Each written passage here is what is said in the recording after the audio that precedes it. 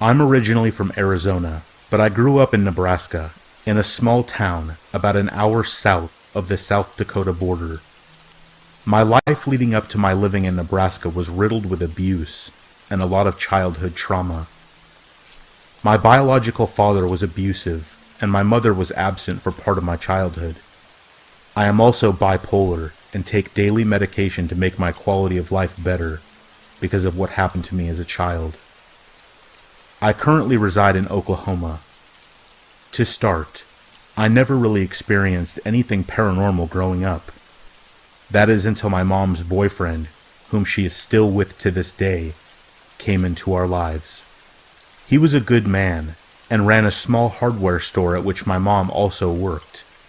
Before meeting him, she was married to an awful man that did terrible things to me, many of which I still go to therapy for to this day. After the divorce, we spent a lot more time at her boyfriend's house. The house was built in the early 1900s, and it was absolutely huge and beautiful. She never told us at first that it used to be an old mortuary. Her boyfriend's father, who moonlighted as a mortician, ran the hardware store in town, which was passed down to his son upon his death. Even after telling my brother and I, my brother being 12 and I 15 at the time, that the house was an old mortuary, it never really bothered us. We spent our summers there swimming and playing PlayStation 3, and genuinely having a good time. Quite honestly, the best summers of my teen years. I enjoyed it. The home was warm and inviting. That is, until you got to the basement. The steps leading down to the basement were steep, about 10 of them before you reached the bottom. The basement had flooded many times before, so there was no carpet, just cold cement. Immediately to the right was a refrigerator, the washer and dryer, and the cubicle shower, which was flush against the wall and was positioned so it was directly behind you when you came down the stairs. If you walked forward, there were 2 couches positioned in an L shape to the right. The longest one pushed against the west wall. To the left were 2 brick pillars that acted as support beams for the house, spaced 5 feet apart with a dirty old blanket hanging between them as a shield. Behind the blanket was a vertical rectangle of a room. One half was a wooden workbench of old tools and trinkets, a random toilet that actually worked, and in the far left corner of the rectangle was a small pile of remnants from when the house was an acting mortuary. There was a bathtub, no longer operational, piles of wood shelving, and a small metal table on wheels. I always felt anxious going into the basement. I never could figure out why, but the atmosphere down there made me feel uneasy. I would sometimes come down to the basement to get a soda from the refrigerator, and I always had the feeling of static across my back, my neck, and my shoulders. It would make my hair stand on end, and I never walked up the stairs like normal people do. I walked backwards, because there was always the feeling of someone right behind you, making your fight or flight response kick in. It was definitely not my favorite place to be. My first encounter happened when I saw a shadow dart across the wall as I came down to get a soda. I knew the shadow wasn't my own, and I even tried to duplicate it, but I couldn't. The shadow passed along the ground level window almost 8 feet up. There's no way it was mine. I left quickly and slammed the door shut behind me, but the main incident that cemented my belief in the paranormal happened when I was 15. I had just gotten back from swimming all day, and I was sunburned and looking forward to rinsing off. But of course, the only shower in the house was, you guessed it, in the basement. I grabbed some clothes and headed down to get it over with. I didn't want to be down there longer than I had to. I grabbed a towel from the wire rack above the washer and dryer, turned on the water, got undressed, and hopped in. The glass in the little shower was tempered, meaning you could see blobs of shapes and colors, but no real definition. I was rinsing off and proceeded to close my eyes and put my head under the stream of water. I moved out of the way, wiped my eyes, and opened them. I froze. Through the glass, I could see someone standing there to the left. My mom was upstairs taking a nap, and my brother was on the second floor playing PlayStation. There would be no reason for either of them to be down there, especially standing still looking at me. I stared at the shape through the glass.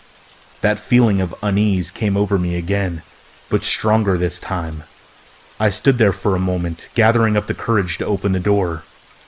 Slowly, I pushed it open, never taking my eyes off of the figure. But when I opened the door, there was nothing. No one was there. I looked around, surveying the area, and when I was satisfied that I was alone, I closed the door, and the figure was gone. I hurriedly finished my shower, threw on a towel, and started to back up the stairs.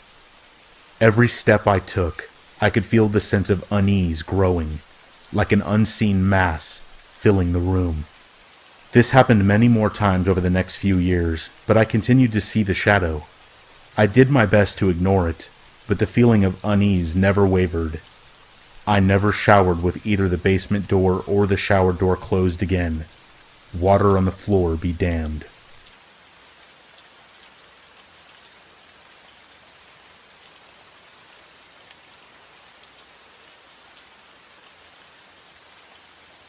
When I was little, like 6 or 7, I had dreams that I would wake up late at night and see my mom smiling and standing in the darkness of my bedroom, watching me sleep.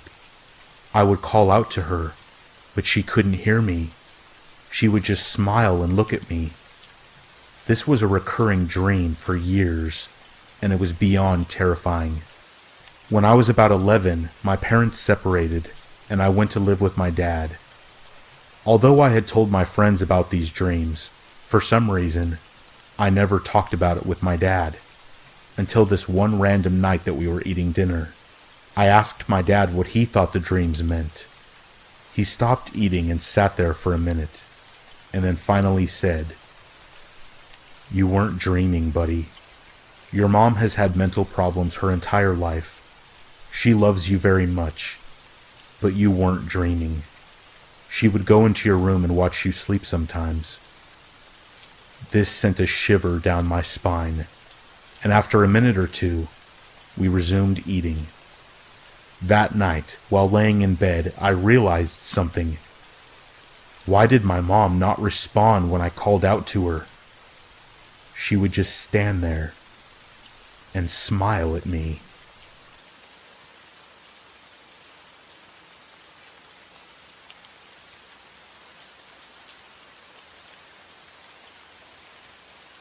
The time this story happened was only a year ago, me being 15 and living with, at the time, just my mom and my 10-year-old brother.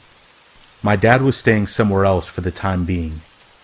At this time in the story, we were moving from house to house, financially not very stable, but getting by.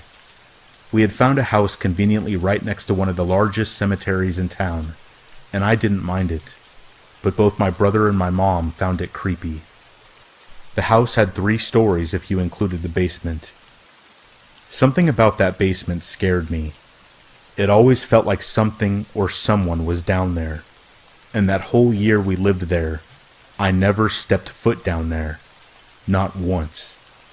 To give some context, my room was upstairs. There were 3 rooms up there, and I'll tell you how it looked for the sake of the story. There was the staircase that went up to a landing, and then a smaller staircase leading to the second floor. My room was the first thing that you saw. My brother's room was to the right of it, and the extra room was to the left. My mom kept the extra room locked, saying that it was unsafe to be in there. Everything about this house felt wrong.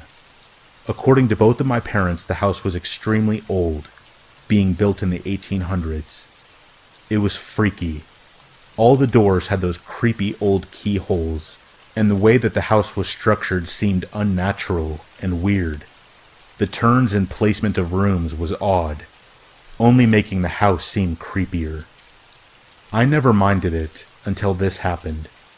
I had been texting my friend Chloe before deciding to set my phone down and finally get some sleep. I don't remember what time it was, but it was late. I fell asleep rather quickly, being worn out from school and stress. However, I'm a light sleeper. Any noise could wake me up. I was turned on my side facing the wall when I heard the loud creaks of the stairs. The steps stopped at the landing, creaking ever so slightly, as if someone was rocking on their feet. I ignored it, but it did make my heart race as I heard the steps begin again, stopping at the top of the stairs. It was probably my brother. No big deal. Closing my eyes, I heard my door creak open, and footsteps come into my room, stopping at the edge of my bed. Someone was standing over me, just watching. A bit freaked out, I did a side glance, and out of the corner of my eye, I saw my brother standing over me, and letting out an annoying grunt, I asked, "What do you want?" There was no response. Sighing and closing my eyes, I rolled onto my side. I opened my eyes to look at him again, and my heart stopped.